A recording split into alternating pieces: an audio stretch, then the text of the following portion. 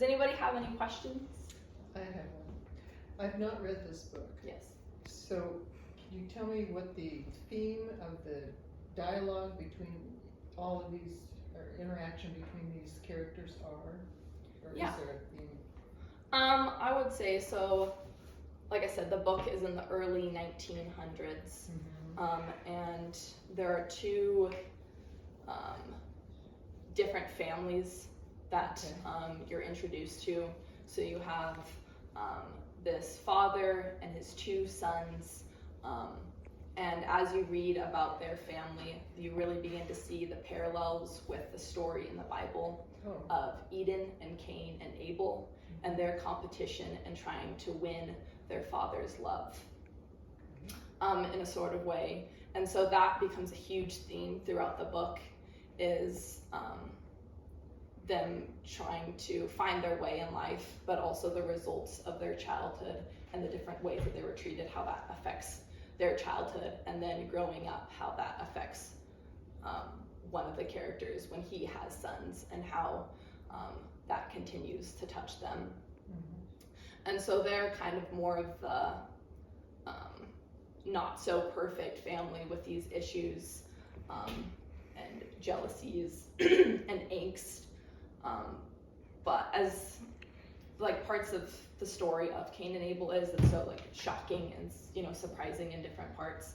Like the book really brings that out and really surprises you. And then you have this other family who is this biblical, upstanding family from the outside, and partly in the inside they seem like this really great family, like nothing's wrong. The fatherly character Samuel is a favorite of mine in the book. He really does a great job of nurturing one of the characters. One of the sons then comes into his life and he becomes the father figure for him. And so I would say a big part, like a big theme of the book, is just showing how important a father figure is, and how much ability they have to mold and shape their life for the good and keep them on the right track. And it's very emotional, and you're just able to see the growth in the characters' lives, and he's just able to do that with like his dialogue and the growth of the characters. He does that very well. Okay, thank you. Yeah. Any other questions? Knowing that you have read several classics, what made you choose East of Eden over all of the others to recommend? I would say East of Eden is the most lifelike and realistic. Also, like I said, and just whether or not you're looking for biblical themes or a story that talks about God in this sort of way, it has its other themes of family and the importance of love and caring, and